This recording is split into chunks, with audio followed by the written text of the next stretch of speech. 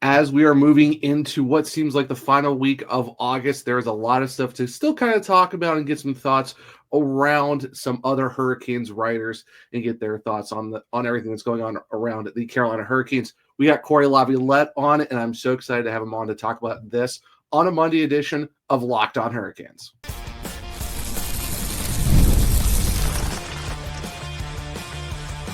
You're Locked On Hurricanes, your daily podcast on the Carolina Hurricanes. Part of the Locked On Podcast Network, your team every day. Welcome to the Monday edition of Locked On Hurricanes, your team every day, part of the Locked On Podcast Network. Thank you to the Everyday for making this your first listen of the day.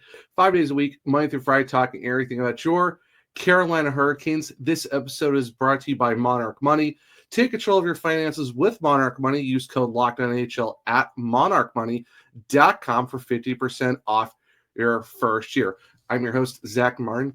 I'm the Carolina Hurricanes beat writer over at the Hockey Writers, also the host of the Searchcast, which is a weekly Carolina Hurricanes podcast, along with all my duties here at Locked On Hurricanes.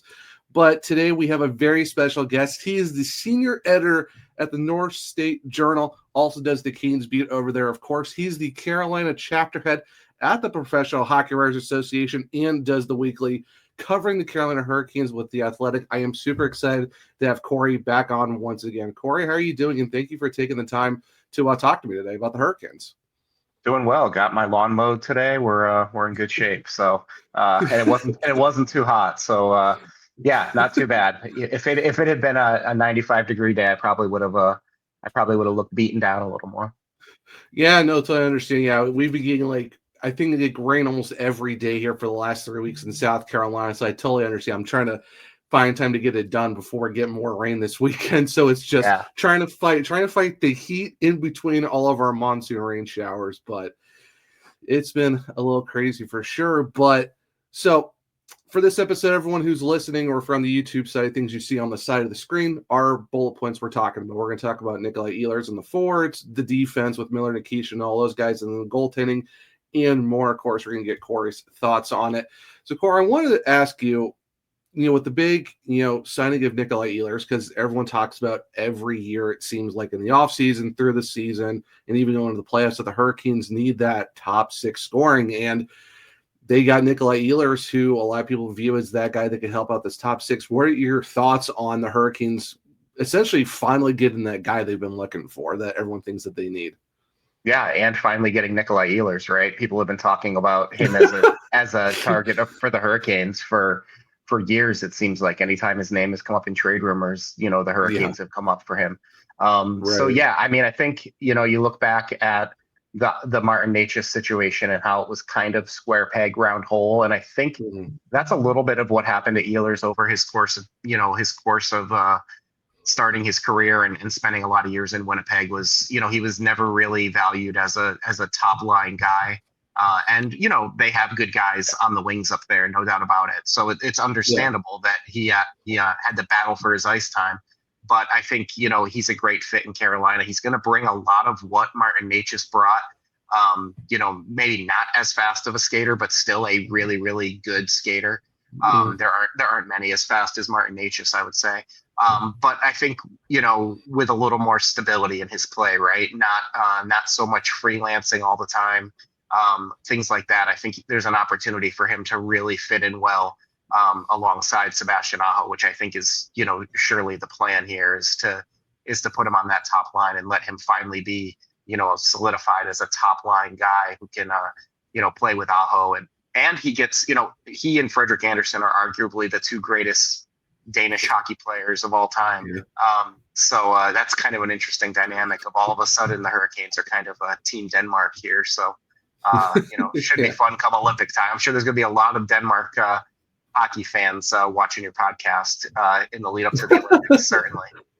Yeah, hopefully. So, hey, if everyone's listening from Denmark, welcome. But yeah, it's interesting when you look at Ehlers and the fact that you said, his nickname is Fly. He does have the speed. Yeah, I don't think it's kind of hard to find a Martin Necas speed, but I feel like what you said with the stability.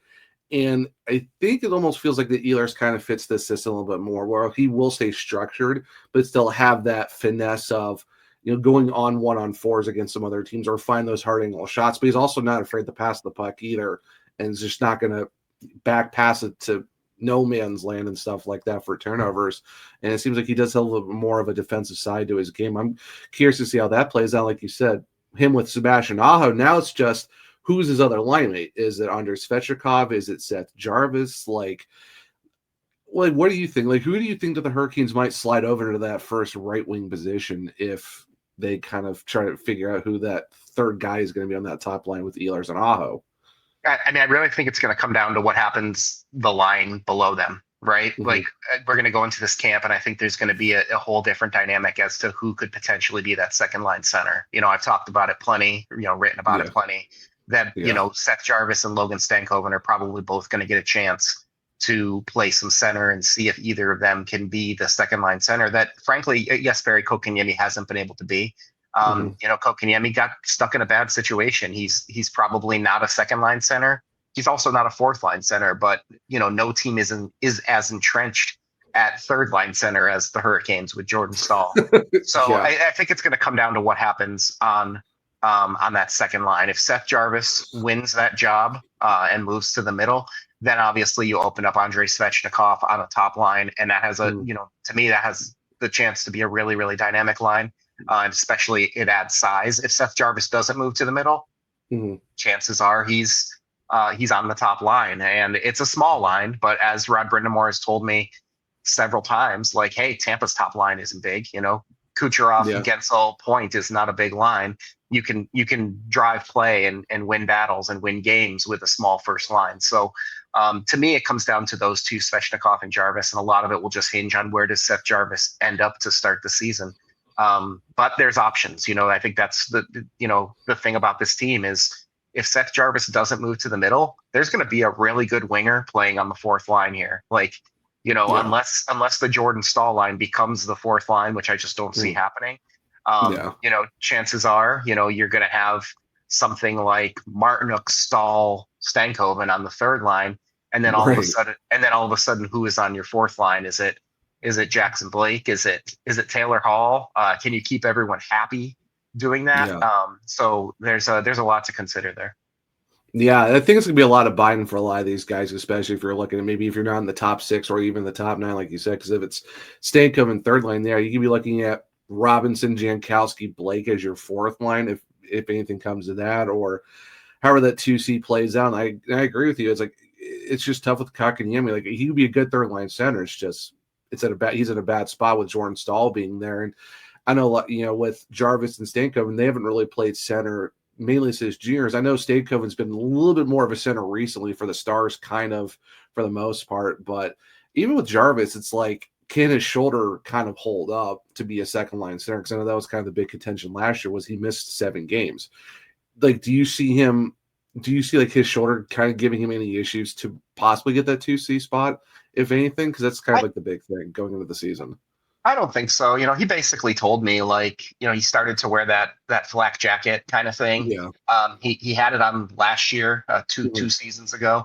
Didn't start this year with it, and then kind of re-injured it. And there was a moment where he got hurt in a practice that may have been the moment where they were like, all right, time to put that back on again. And the only real limitation he told me is he can't lift his arm up over his head. And it's not even so much pain or anything. It's literally the restrictions of, the kind of like protective vest he's wearing that goes over his shoulder.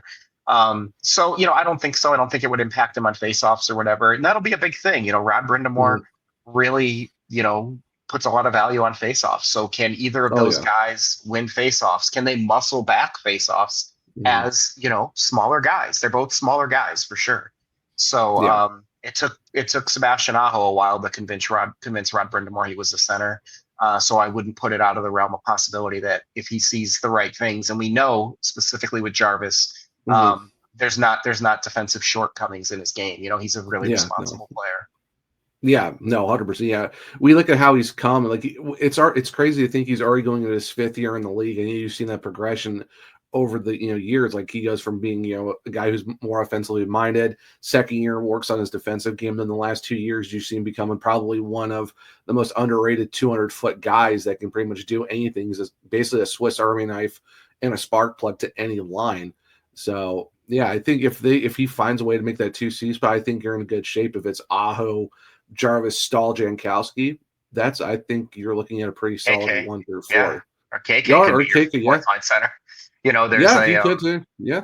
yeah. So there's a lot going on there, and I think so much of what happens up front is going to come down to who wins that second line center job, and if it stays as Kokiniemi, then there's going to be a battle on the wings to play in the top 9. Otherwise, there are a few guys I think who can play, on Jordan Stahl's wing, but I think if Stankoven were the guy who were going to fit there, all of a sudden you're going to have guys like Carrier, Blake, Hall, Jankowski, Robinson. All those guys are going to be battling for to not be on the fourth line. Yeah, it's definitely gonna be interesting for sure when it comes to the forwards. And I guess it's a good problem to have when you have too many good guys that you can kind of put somewhat anywhere. Then it's like, all right, who are you gonna healthy scratch instead of being on the opposite side where like we need scoring, but you got no one there. So yeah, but you got to keep guys happy too. I mean, that's a dynamic that everyone needs to realize is you look at what the lineup could be, and you're like, wow, it's great to have player X on the fourth line. Well, it takes work to make a guy who thinks he's a top 6 or a top 9 player play on the fourth line and have them be happy and have them be willing to, kind of submit to the greater good. Yeah, no, for sure. I think luckily too, with the fact that you got Ryder Barnamore, who gives guys their ice time. He's not afraid to give guys the time. And if you're willing to put in the work, he's going to find a way to get you on the ice. He's not going to shelter you or be like, okay, we're just going to dog you and put you in for 8 minutes and that's it. Like he'll find ways to give you ice time. It's just as long as you're bought in and pulling in the same direction as everyone else. So yeah. But all right, so we talked about the forwards, but we are going to move over to the defense and talk about K'Andre Miller, Alexander Nikishin, and just the overall aspect of the defense with some people kind of questioning it. I'm curious to get Cory's thoughts on this. So stick around and we'll talk about it in a second on a Monday edition of Locked On Hurricanes. College football is back, and honestly, there's nothing better than the energy of tailgates and being in the stands with your fellow fans. The only downside, trying to get tickets. Endless queues, hidden fees, and prices that jump at checkout. That's why I use Game Time and why you should use Game Time as well. The app gives the advantage back to the fans. It's the easiest way to close and score on last-minute tickets at the best prices with no surprise fees. What you see is what you pay. You can pull up the Game Time app. You can just do a couple taps, and there'll be amazing deals for you there. You're talking about your favorite college football games for as low as $25. If you want to see NC State, UNC, Duke, whoever you want to support, Game Time is right there to help you out. And they got zone deals as well where you pick the section, Game Time picks the seat for you. So take the guesswork out of buying college football tickets with Game Time. Download the Game Time app, create an account, and use code LOCKEDONNHL for $20 off your first purchase. Terms apply. Again, that's promo code LOCKEDONNHL for $20 off. Swipe, tap, ticket. Go download the Game Time app today. Welcome back to segment 2 of Locked On Hurricanes, your team every day. So, Cory, I want to get your thoughts on the K'Andre Miller sign and trade. I think a lot of people were kind of shocked about this because there was that question mark of the defense with Brent Burns, Dmitry Orlov, and I don't think a lot of people saw the sign and trade happen and what the package was back. What were your first initial thoughts when you saw that kind of just get announced out of the blue that no one was really ready for? Yeah, I mean, I think I was surprised too. I mean, that wasn't really on a lot of people's radar. But it makes sense. I think this is a guy who probably hasn't reached his full potential yet. Just 2 years ago, Rangers fans in the Rangers front office for sure were wondering, how are we going to pay this guy? He's going to ask for a lot of money. And he has kind of a down year that coincides with the team having an entire down year. And everyone kind of soured on him. And I'm a little surprised that they kind of turned on him so quick. But, teams always look for scapegoats a little bit. So we'll see. I mean, this is not all that dissimilar from another trade with the Rangers for Brady Shea, right? I mean, they kind of had signed him to a big deal and soured on him a bit. And the Hurricanes benefited immensely from that. It was a fantastic trade for them that worked out really well. So, I think it's going to depend on, what kind of role K'Andre Miller has here and how he can develop and how he can bounce back from that season. But there's a lot to be excited. He's big, he's mobile. he can be physical if he wants to. He can add a little offense. So, I think it's an upgrade, especially when you look at, Brent Burns, an aging guy. But it does create a little bit of a mismatch as far as who their 6 projected defensemen are. And also on this, I'm not surprised that Scott Morrow was part of it. I think there was a pretty clear indication from the team that maybe this style of play wasn't the best fit for him. Just a little heavy footed, not a great acceleration. And, we see how that can cause problems. The 2 guys that left that you mentioned, Dmitry Orlov and Brent Burns, had trouble with that sometimes. And then you think about guys like Jacob Slavin and Jalen Chatfield and how important having that quick first step is to recovering, because you have to be aggressive if you play in Carolina's defense. You're going to be up at the blue line trying to keep pucks in, and sometimes it's not going to work out. You need to be able to recover. And Miller is, a big, fast guy that, eats up a lot of space on the ice in the same way Brent Burns does, but probably hasn't, seen that degradation of speed that Burns has, which is, you're 40. It's understandable. I certainly know once you're 40, it's downhill from there. So. Right. Yeah. And that's the thing I was finding interesting. Like you said, because he's got the offensive upside. He is younger. He's got the speed. And like you see, he's physical. 100 blocked shots, 100 hits last year. It's probably the most out of all the Carolina Hurricanes. And I know some people kind of want to sour at the contract, but it's really not that bad, all things considered, when you really look at it, compared to what you were paying Dmitry Orlov. And you're talking about a guy who's 25 who, like you said, the whole Rangers had a down year, and it's not like he was the worst guy on the entire team. So, and of course, we all know that Hurricanes are defensive whisperers at this point. We have Tim Gleason kind of being your coach there. And like you said, you got Jacob Slavin, Jalen Chatfield's grown over time. Sean Walker got better over the season last year, and Shane Gostisbehere. The thing is, I keep seeing around like a lot of people kind of questioning the defense. Like they're talking about being possibly vulnerable. They might still need to add another top 4 guy, but when you think about it, you essentially have top four guys already, and you still got Jacob Slavin as a top 2 guy on this roster. Like, what do you say to the people that kind of are like, I don't know if this defense is still a normal Hurricanes top 5 defense in the league? Like, what do you think about the people questioning this defense being vulnerable or not as good as it used to be? Yeah, I mean, I think that what we came into last year was a bigger question mark than what we come into this year. Losing Brady Shea and Brett Pesce those are huge losses, right? And they didn't add top 4 guys. They went and got the 2 guys who were playing on their third pairing, Sean Walker and Shane Gostisbehere, as you mentioned. So, I don't think it's as perilous a situation as it was last year. And last year worked out, pretty well. And I think if you ask most of those people who are saying, well, the defense is not looking good, probably the 2 guys they point to as guys who were problems last year are the 2 guys who aren't there anymore. Brent Burns, I don't think he had a bad year, but I don't think he was a top pairing player anymore. And Dmitry Orlov, had his moments as, being good for the Hurricanes, but also struggled a lot in the playoffs. Also a little bit, like I said, a little heavy footed at times, made it tough to recover and things like that. So, I mean, a lot of this is going to hinge on how well does K'Andre Miller adapt. We've seen most of the guys who come to Carolina have trouble, at first at changing and adapting to the system. Brent Burns had that problem. Orlov had that problem.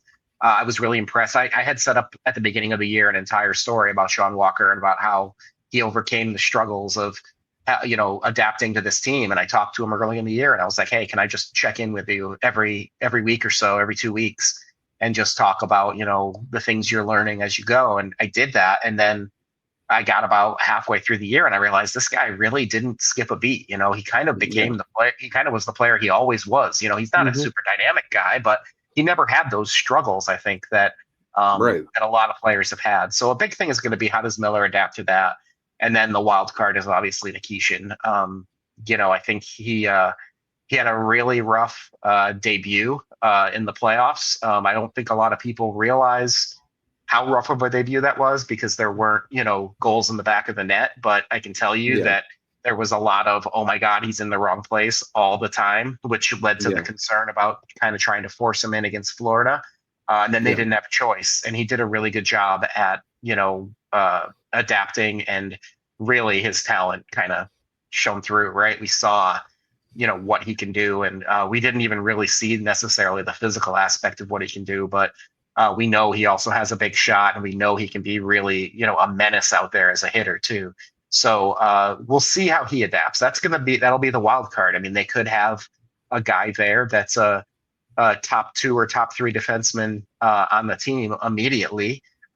Or they could have a guy that's going to need a little bit of time. So we'll see, but a lot to be excited about with him, and we'll see where he fits in. Yeah, no, definitely 100%. I think, like you said, that's the biggest wild card, and we all know that they say hockey translates, but you're going from KHL, bigger ice, to a smaller ice in the NHL. You're looking at the guy who was considered probably one of the best defensemen in KHL history with the 3 seasons he had, captained, Scott St. Petersburg for the last 2 years and 50 points consecutively, plays good defense along with his offense. Yeah, I'm definitely curious to see what a full season looks like for him. And supposedly his English has gotten, it's not fluent, but it's gotten somewhat better. But like you said, he knows how to talk hockey. So I guess that's a good thing. So I am curious to see how that works out too. But you did mention real quick before we move on to segment 3 about this mismatch of, we have 4 left shots and 2 righties. And of course, if you're not counting Mike Riley, would be your other guy there, what would you see kind of being possible pairings, and who would probably be on the offside? Because that's gonna be, I think a lot of people would be wondering who's going to be that lefty playing on the right side. Yeah, so I actually have a kind of a questions for training camp coming out at the Athletic pretty soon, and I address this. But I mean, I think obviously somebody's going to have to move to their offside.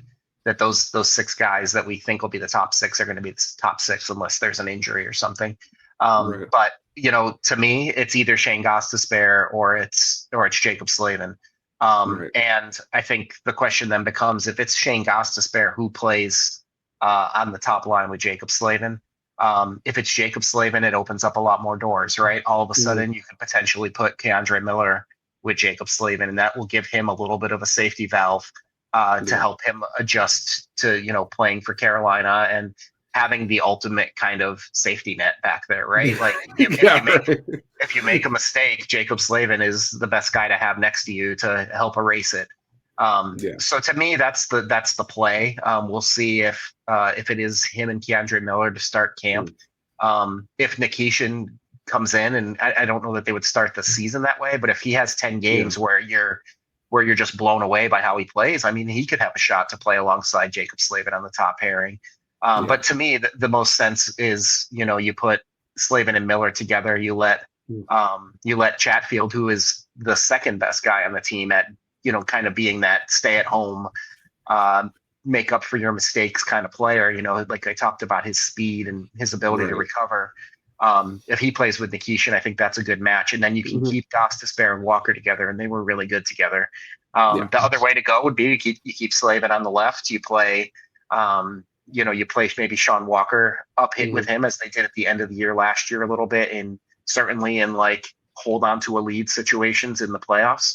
And then, maybe you play Alexander Nikishin on the third pairing to start, move Shane Gostisbehere to the right, and see how that goes. But there's a lot of pieces, a lot of different ways they can configure this. To me, the one that makes the most sense on paper to me is you let your best defenseman try playing on the right side. I'm going to guess he's not going to skip a beat. He's not looking for offense most of the time.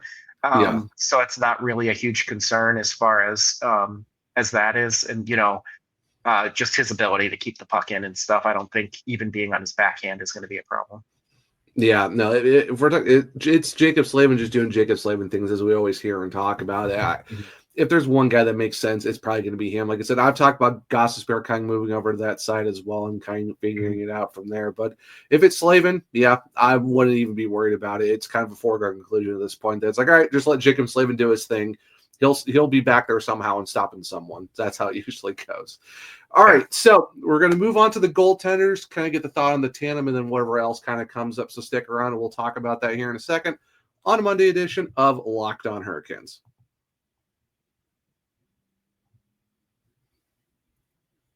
Welcome back to segment 3 of Locked On Hurricanes, your team every day.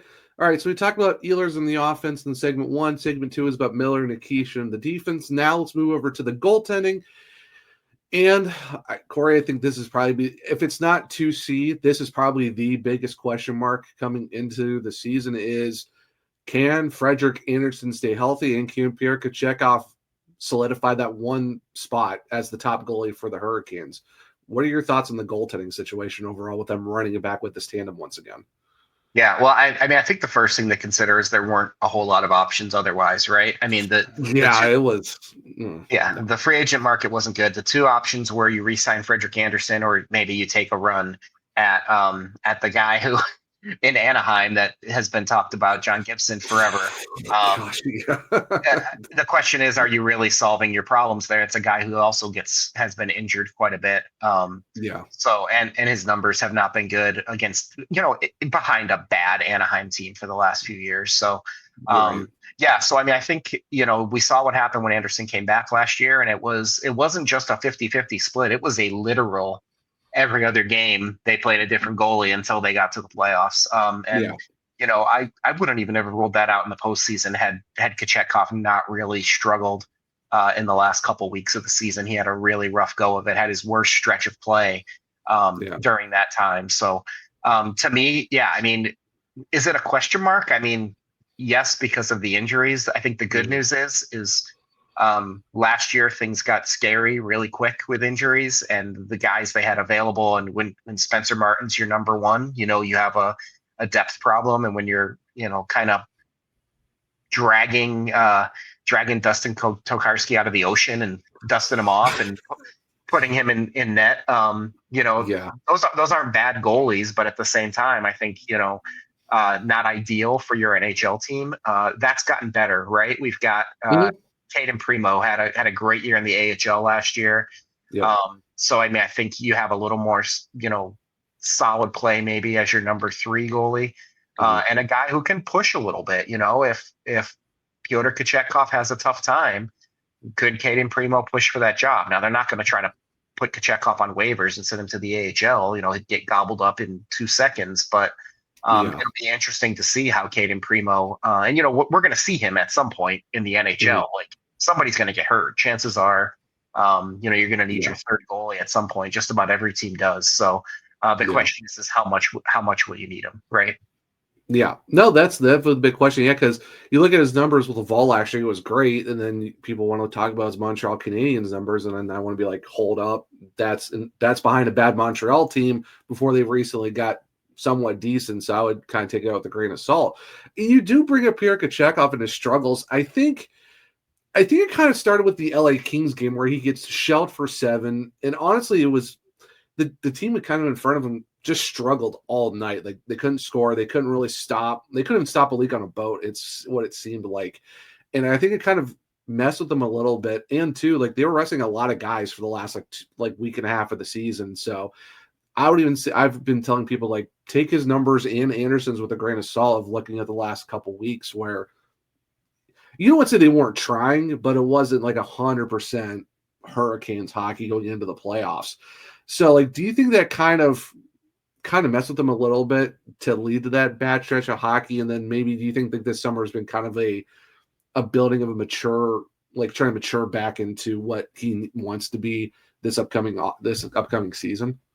You can, if you're at practices every day like I am, you can tell when Pyotr's down on himself, because he is maybe the goofiest guy on the ice most of the time. At practices, just in the little shootout contests they do, he'll celebrate more than anyone making a save. And you could tell he wasn't himself. So I think it rattled him a little bit. He kind of, he had a tough time with that little stretch, I think, but that's part of being a pro, right? Is figuring out. And nobody's as good at it as Frederik Andersen. Frederik Andersen and Curtis McElhinney are the two guys I've watched who are with the Hurricanes, who are the best at. You had no idea what happened during a game, during a practice, whatever, based on talking to them, because they're both so even guys. So yeah, I mean, I think Pyotr thrives a bit on his energy, on his aggressiveness, all of those things. It makes him the good goalie that he is. But at the same time, you need to be able to handle those ups and downs as well. So when he rides high, he rides really high, and when he rides low, you can see it wears on him a bit. So, but he's open about that. If he's got his Instagram account is great for him talking about, yeah, what his mentality is like and all that stuff.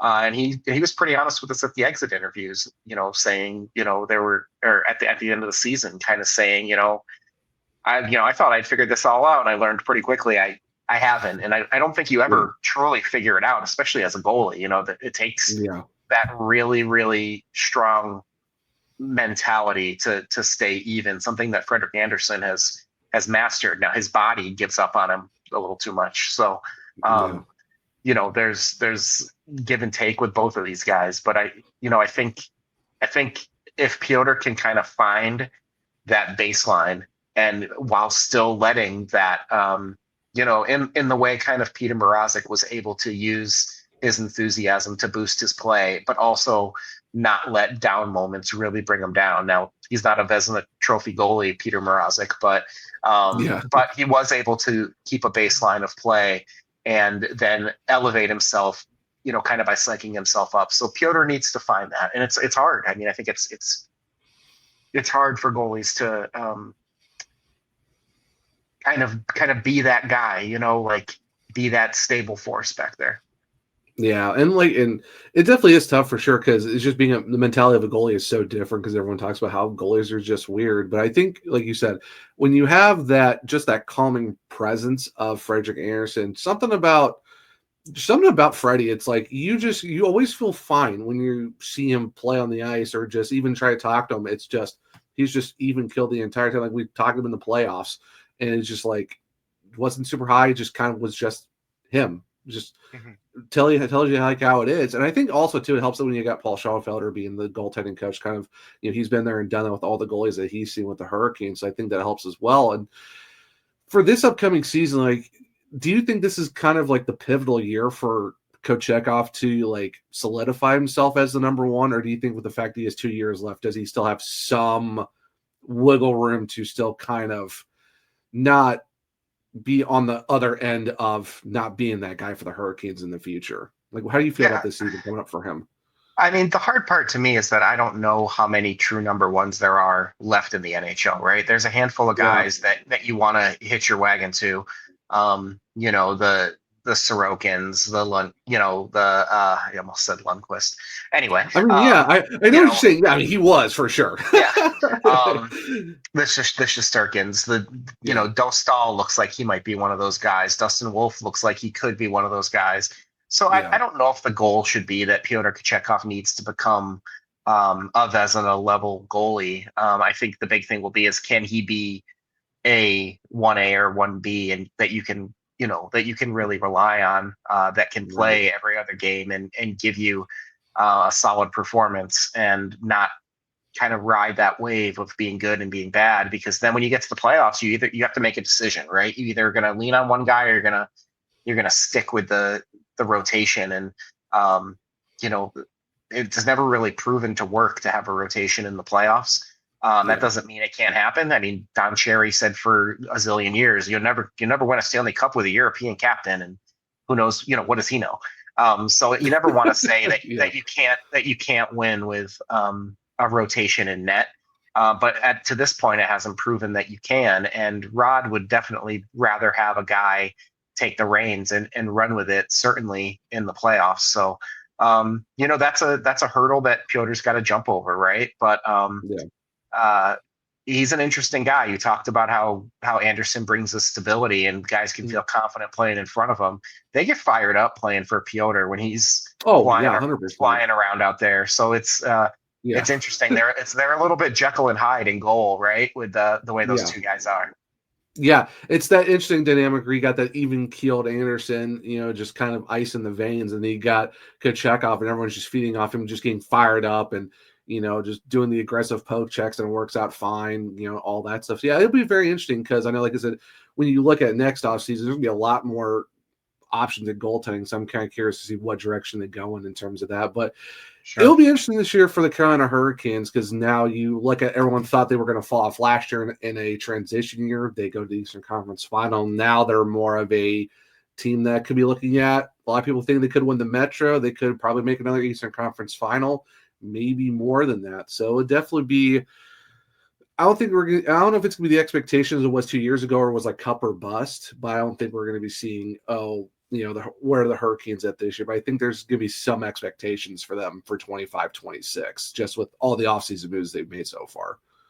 Yeah, and I mean, I think I definitely understand what you're saying, that 2 years ago felt that kind of cup or bust, mentality. I always thought that was kind of weird because you looked at what the team had and what the cap space was and all that.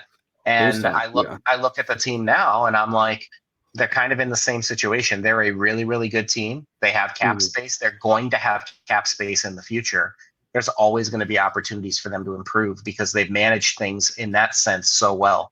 You mentioned K'Andre Miller's big deal earlier. I mean, it looks like a big deal now. Is it going to look like a big deal in 2 years when the salary cap explodes? Certainly the Sebastian Aho, the Seth Jarvis, the Jackson Blake, the Logan Stankoven deals are all going to look good as long as those guys, don't fall off a cliff or get, seriously injured and stuff. So, even the Jesperi Kotkaniemi deal is, $4 million for even a third line center is going to be considered a bargain in a couple years just because of how much the cap is going to explode. So, I mean, there's expectations this year. I think, the fans are getting tired of not making that next step, right? And that's what the front office, that's what the coaching staff, that's what the players want to. I don't think there's any doubt in that. And they've taken runs at trying to get markedly better. We talked about Nikolaj Ehlers, and is he on the level of a Jake Gensel or a Mikko Rantanen? Probably not. He's probably a half a notch below those guys. Is he a superstar? Maybe not. Could he be a superstar? He could be. But I don't think he shows up here and he's the best player on the team right now. He's, or even the best forward on the team right now. He's maybe the second or the third best forward. So, there's still room to grow, and we'll see what Eric Tulsky and company do. But we know they're aggressive, and we know, they're looking at, what they have and what cap space they have and what assets they have as far as draft picks. You still have draft picks from the Rantanen deal that'll be surplus draft picks. And, they haven't been scared to use their prospects either. We saw it with the Gensel deal. We saw it with the, even with the K'Andre Miller deal and moving Scott Morrow. So, I mean, I think the goal is clear for them, right? What they want to do. And I think that's what the expectations are among the fan base too. But there's steps to take, and Florida's a machine right now. So you got to figure that out for sure. Yep. No, 100%. And of course, it's a copycat league. Everyone wants to kind of follow the path, but luckily for the Hurricanes, they kind of stick to what they want to do. And so far it's worked out to where you're 7 playoff appearances in a row, 3 Eastern Conference Finals, 2 in the last 3. And like you said, cap space, $10.64 million. There's a lot of room to just continually to get better. But Cory, I really appreciate you taking so much time to talk to me today. This was a lot of fun. Where can people find you and all your amazing work? Yeah, sure. Certainly at North State Journal, NSJ Online. I write weekly for The Athletic, like you mentioned. So I'll have something coming out. I don't know if it'll come out this week or not. Probably next week. You got a little bit of a evergreen time right now before things really heat up. So right. And then obviously, on social media, I'm at Cory Lav on X and on Blue Sky. So check me out there and try to interact with fans and stuff the best I can without getting into the weeds too much, but try to be available when I can. Yeah, no, you definitely don't want to wade into those weeds because sometimes it'd be kind of hard to get out of for sure. Yeah. But guys, this will be the Monday edition of Locked On Hurricanes. Thank you for making your first listen of the day. For your second listen, check out the Locked On NHL podcast where there is no offseason, bringing you the daily league-wide stories that matter the most with the local coverage you love from Locked On. Find Locked On NHL on YouTube, wherever you listen to podcasts. If you want to keep up with me, One True Zach on X. The podcast is LO_Hurricanes. I'm also on Blue Sky, the Zachary Martin. I have link trees in my bios to find all of my written content at thehockeywriters.com. You can listen to the Searchcast on all podcast platforms and on YouTube. for Locked On Hurricanes, Spotify, Google, Apple, iHeartRadio. Find us wherever you can. Follow, subscribe, leave a 5-star rating and review. Might rate it on the show. For YouTube, Locked On Hurricanes. Subscribe. Hit the bell notifications so you don't miss the show. Share with all their Caniacs to become everydayers just like you. But hope everyone enjoyed the Monday edition of Locked On Hurricanes. Big thank you to Cory Lavalette for joining me today. And until next time, as always, let's go Canes.